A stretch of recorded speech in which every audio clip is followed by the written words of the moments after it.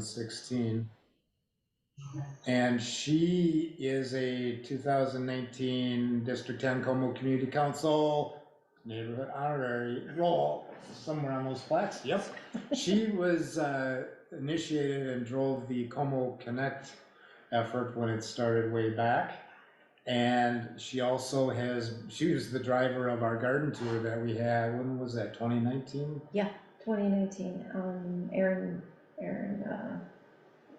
Yeah, Aaron. Aaron. How you I do know. that to me? But you know, she's been into pollinator. Her yard, her boulevard is just a fantastic tribute to good stewardship of the environment, and just done amazing works there. She's been involved in the committee and other things for quite a while. So I will turn it over to you now that people have kind of a grounding of how important you are in our community. Hello, hi. So this evening we've got a small presentation. It's a recap of the Minseed project, which started out in 2020 as a response to the pandemic. It was a conversation that started with some folks from CRWD and Stephanie Hankerson, who is currently the co-chair for the Environment Committee at Hamlin Midway Coalition, and Courtney Cheetah, who is the programs director at the Minnesota State Horticulture Society. So starting here, we've got, when we refer to something as seed to seed, we're starting with the seed. We're going to plant the seed and grow it out, and then we're going to harvest the seed. And that is that circular economy, seed economy that we're trying to develop here in the Twin Cities, in the Minseed project, and also with different seed libraries. So next slide. So, and in 2020, or I should say in 2022, we are the effect of the Minseed project, because it was our third growing season. We ended up being at about 700 members in the Minseed project, which meant that we had a lot of requests for people to participate in our seed saving efforts. And Minseed stands for Saving Essential Edibles and Diversity. In 2021, in the fall of 2020, we harvested seed at 21 Roots Farm, which is a nonprofit farm in Hugo, Minnesota. And we found, and in that there were the seeds of what became the Minseed Native Plant Community Science Project. And so what you see here is a representation, or one of the flowers that we can save seed from in a variety of ways. So we, over the past 3 years, have been invited to collect seed in different gardens and sites in our area in Minnesota, mostly in the Hamlin Midway region, Roseville, and in our area. So next slide. So a lot of times you'll find us, we'll have tabling events. Last year we were at the Celebrate Spring, we were at the Mighty Midway Festival. Who you see here is Stephanie Hankerson with some seed heads. We were at this is at the Eco Fair last summer, and we had seed heads for people to explore what the seeds look like, what they are with the leaves and dried down, and people can kind of sit there and play with them and see what it's like to actually pull some of the seed heads off. We also offer seeds at these tabling events, and you're seeing some of the tools that we use there as well. We were at the Celebrate Spring, and who you see up there all masked up is Stephanie. Our neighbor, one of our volunteers, core volunteers, is Dave Crawford, who is a neighbor who lives up on Lexington, and Dave is also a retired naturalist. He also has the the passive house. Oh, the Yeah. greenhouse of the pink Yeah, house. yeah, exactly. Were you at our harvest festival at Tilden Park? Was this? Yes, I was, yeah, well, Oh. the Como Community Seed Library was there. Oh. I had seeds from Minseed there too. A lot of times depending, we may, offer, sometimes we'll have the whole crew there, and sometimes we're at different festivals or different organizations on the same day, and so one or two will show up. The other one is the other photo is from the Mighty Midway Festival, which was at Hancock. And at Hancock, they have some native gardens there. Stephanie Hankerson does a lot of programming with the kids at the Hancock Rec Center. So next. Seed collection events, which happen in the fall. You can, if you join, you can you'll be invited to participate in some of these events. We've collected seed at Capital Region Watershed District, the headquarters there. The gardens are absolutely lovely. And we've collected at Monarch City, where there's 5,000 square feet. That's at the West Minnehaha Rec Center. And we've collected seed there for the past 3 seasons. And Gibbs Farm has a restored prairie that is, I believe, 10 years old, and the seed collection there is absolutely beautiful. Last year, we partnered with Metro Blooms for the first time, and we were invited to collect seed and conduct a workshop at Northeast Middle School up in Northeast Minneapolis. And there were some really, really nice, unique species up there that we were able to conduct. And for the 3rd season in a row, we were back out at 21 Roots Farm. The lower photo is the crew at 21 Roots Farm. So in seed cleaning in 2022, it was, I think in previous years, we started out with maybe 30 species. The following year, we had 60 species, and last year, we had over 100 species of native plants that we were able to collect. And we not only collect these seeds, we process them in these events. So here you see our screens, you see some seed heads where they're being broken apart, the colander there that you can use to sift the seeds and from the chaff.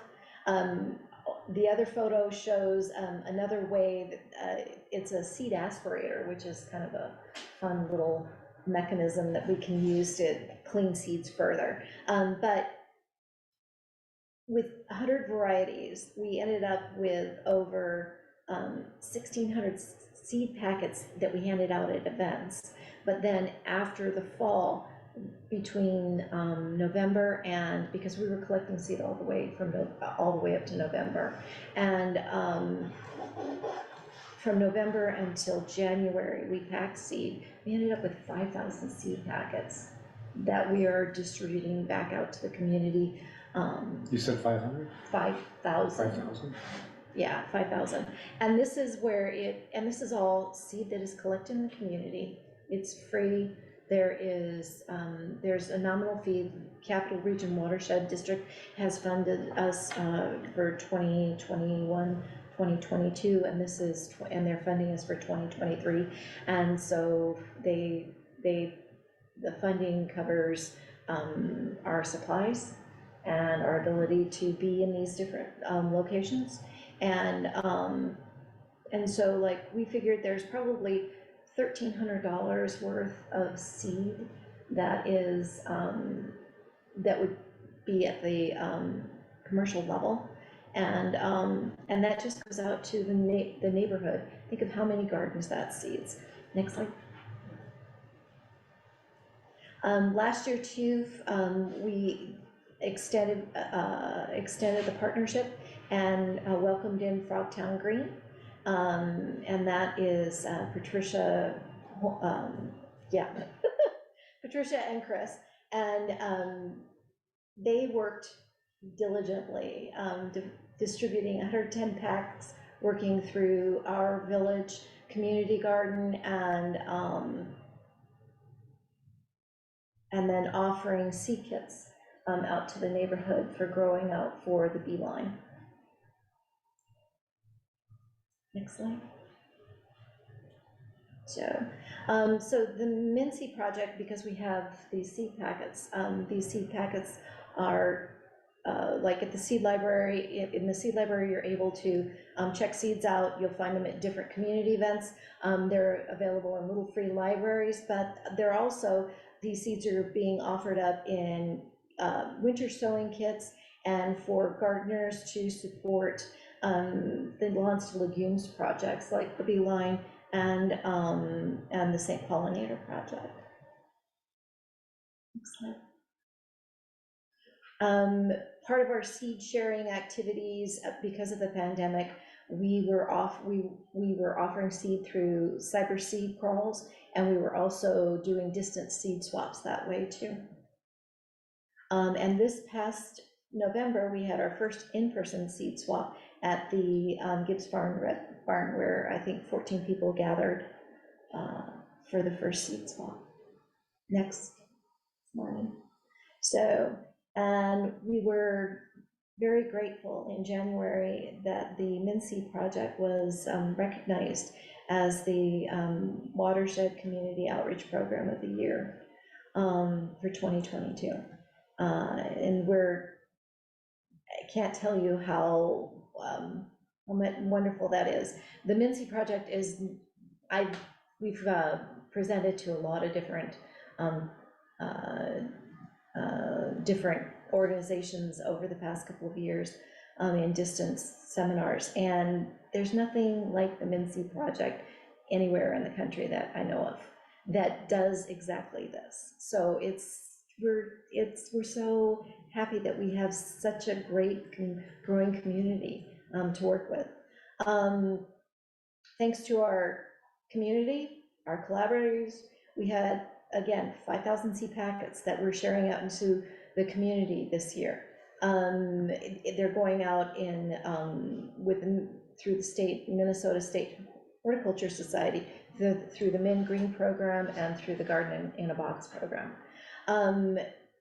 We had our volunteers, 120 hours of volunteer time in 2022, and we partner with the University of Minnesota CCEL program,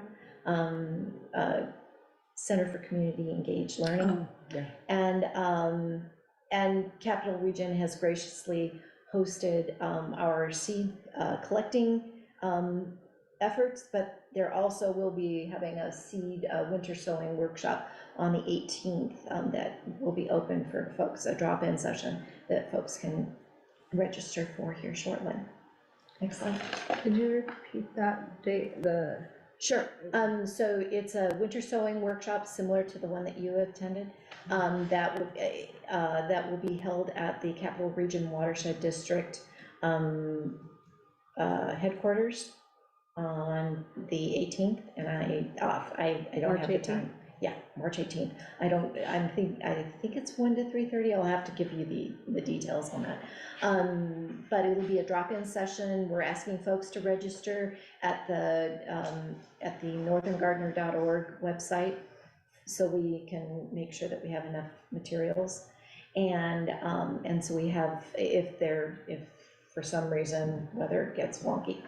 And then, yeah, we're looking forward to being at the Eco Fair. We're looking, and then Frogtown Climate Carnival. We'll have more harvesting opportunities come August, like at Marnock City, Gibbs Farm, and 21 Roots. And then we'll spend time also processing those seeds and using all our equipment. And what's nice too about when you start with native seed, all of those seed saving skills that anybody can practice, they apply to the seeds in your garden, in your veggie garden as well. Next slide. So if you're interested in joining the Mincy project, the more the merrier. You can find the information at thenortherngardener.org. And if you are interested in the iNaturalist project that is the companion piece, there's the website for the iNaturalist project. You can sign up for that too. And then, so in our neighborhood, we have since 2015, we've had a little mobile seed library called Como Community Seed Library. And that's what we've organized over the past few seasons. Next slide. So since 2015, we have shared seeds and garden resources in the neighborhood. What you see here are some of the different ways that we've done this. We do this through in-person events. We usually have one or two larger events that we organize as a seed library. There's a garden kickoff in the spring, and then we usually have some sort of harvest or seed skill share, seed saving skill share in the fall. We offer seed through little free seed libraries like the one you see down there.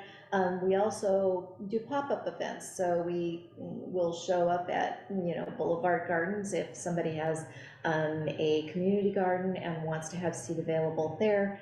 If there is other events, we also do farmers market. Right now we've got a good relationship established with the New Brighton Farmers Market, so you'll find us there several times during the growing season and also during the winter market.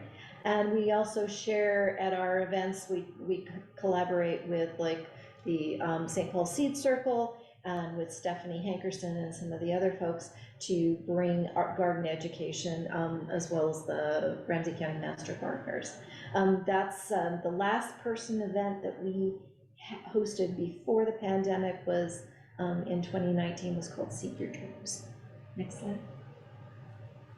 So in 2020, lockdown came, and to respond to the pandemic, we pivoted to having remote seed sharing through Mincy, through Garden Vision. So instead of having an in-person seed event, we hosted different, we used YouTube and hosted different webinars for people to check out how to put in a children's garden, see how you can mix natives and edibles in your garden landscape, not just in a garden plot, but throughout your garden. We also did the cyber seed swaps. I think we had 4 of them that year. We also switched to having an online seed checkout. We published an online catalog, which we still run, and you can check seeds out through our website and arrange for touchless pickup at that time so that you could pick up or we could mail you your seeds. We started in 2017, we had one little free library that we stocked, the one that is Angie Sechler's at 49 Maywood Place. And then in 2020, we expanded through a campaign that was called Outplant the Outbreak. And that was, there were 12 little free libraries in the Hamlin Midway neighborhood and in Como Park. And I think we gave out 12,000 seed packets that year. So, yeah, next slide. And so in 2023, we're looking forward to more in-person gatherings. We have an abundance of seed. We have 1,800 seed packets from Minseed. We have an abundance because we are able to partner, thanks to the volunteers from our neighborhood volunteers, but also to our neighbor, the University of Minnesota's community engaged learning volunteers.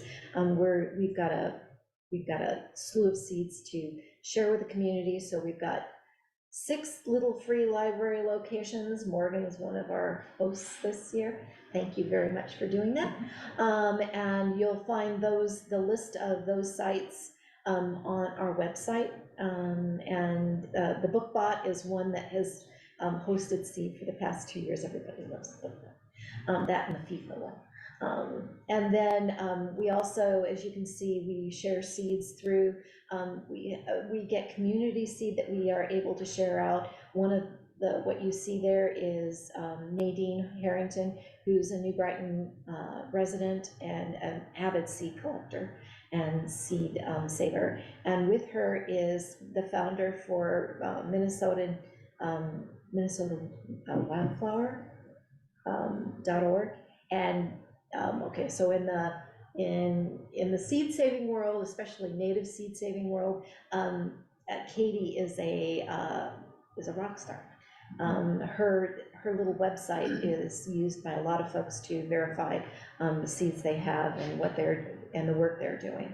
I use that website all the time. I know, and Katie is, and it's all just, it's passion work for her. And so you can see, and then you see the rest of our Como neighbors. We've got, this is at the Freeze Fest. No, Freeze, not Freeze Blizzard Fest. Breakfast. Thank you, Blizzard Breakfast. And then we have, we've got a new relationship that we've got a new neighbor. The St. Paul Tool Library has relocated to the boundaries of Como recently.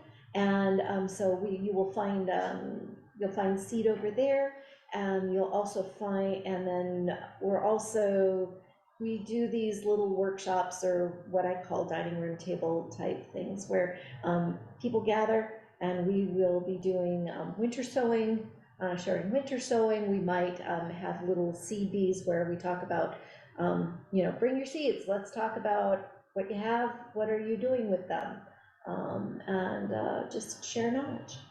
So that's what we'll be up to in 2023. Any questions? That's exhausting, Oh, all the stuff you've got going on and have done. That's a lot. we're doing, yeah, it's busy, but at the same point in time, it's important work. Well, it is. It is a passion and calling of yours for quite some time in your family.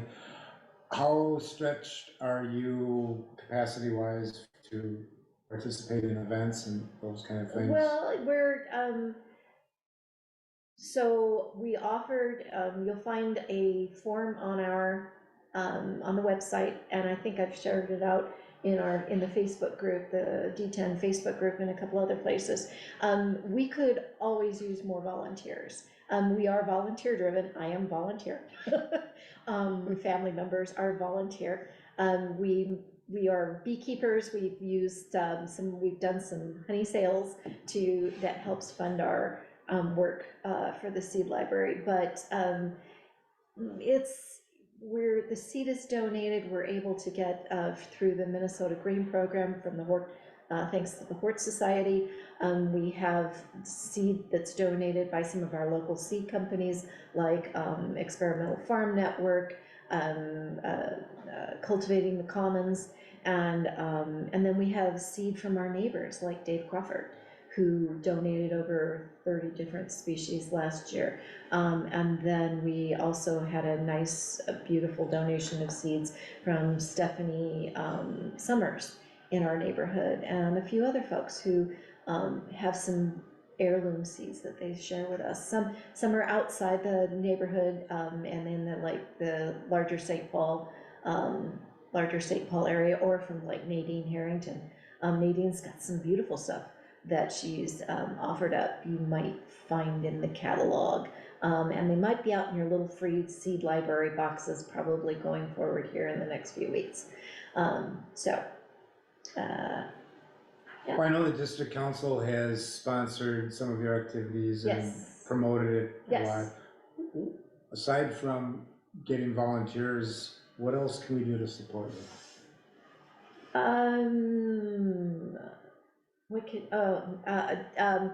I guess if you can donate seed, if you have time to pack seed, and when I say volunteer, it's not just for events, but it's also, it takes a lot of time and to pack seeds, put labels on them, get them in the hands of folks. If you have time to do that, that is a task that can be done remotely. We have that set up so folks can take it home and do it. They go out in kits. If you have a passion for writing up content, you would like to describe your saving seeds. Mike McDonald did that once for Arikara, his Arikara yellow beans for the seed library. I think back in 2017. And Mike, do you still save those seeds? We do. We grow them every year. Harvest, save some for replanting and eat the rest of them. So Wonderful. if you want to, I think we split some with you back when we got started. If you want more. Sure did, but to know that they're still grown in your garden is amazing. That's Yep. absolutely wonderful. And Jennifer has saved seed and shared back to the seed library too. I think 2 seasons ago we had watermelon seeds and green beans that she had saved, and I can't remember what else. Jennifer, are you still saving your watermelon seeds and your your green beans? I have different ones this year. I don't have those two, but I have a bunch, a pretty diverse bunch to share. Yeah, and Julie, you have been seed saving as well. What have you saved, or what are you sharing now? Well, I've got a lot of beautiful grasses that grow on my boulevard. So I've got like the little blue stem and the prairie drop seed, and some of those other ones are available for anyone, anytime, pretty much. And more. I've got lots of flowers too, but those are the ones that come to mind. Thanks. Morgan, and what have you saved? I've saved a lot. I haven't given any to you, but now I know. No, what are you saving? I have a lot of medicinal and herbal plants that I've been saving seeds for, like with calendula and vervain and a bunch of other stuff. Mm-hmm. Lots of like kitchen herbs, so basil and cilantro. Wonderful. Holly basil? No, just regular old basil. And Abby. This year I saved some hollyhock, some blazing star? The big one. No, that's the meadow one. Okay. That I walked by. I have a neighbor who has this amazing pollinator garden that attracts all these monarchs, and so I was like, oh, I want some of those. So I just took them, saved them, like in the fall. Did you winter sow those at the workshop? No, I sowed some other ones that I got, and then I have some red Arikara beans from northern. No, those are from Prairie Road Organic Seed out of Lemoore, North Dakota. And yeah, I have a 2-pound bag of those. How many seasons have you grown it? That big bag will be my first season where I saved that number. I've grown them before and I just ate them all. Yeah. Because they're so good. We're very lucky that within the Como community, that there is a practice of seed saving, and if you talk to anybody who gardens, you can pretty much find something that they're saving seed for. And I can't tell you how wonderful it is to live in this community. So I have one more, zinnias. Sure. Oh, and I realized that, why am I buying zinnia seeds? You're going to be interested in it. Okay, the one thing I didn't mention is we're going to be doing a zinnia project. We got our hands on the Zinnia Breeder's Handbook. And so we're going to be using the zinnia because zinnias are easy to grow. Yeah. They're beautiful. There are over 20 species of zinnias. Oh, wow. And zinnias have a really beautiful long history. They're native, indigenous to Central America. The original plants came from Central America. So we're going to sort of explore seed saving and genetic expression in plants through zinnias. and we'll start this year.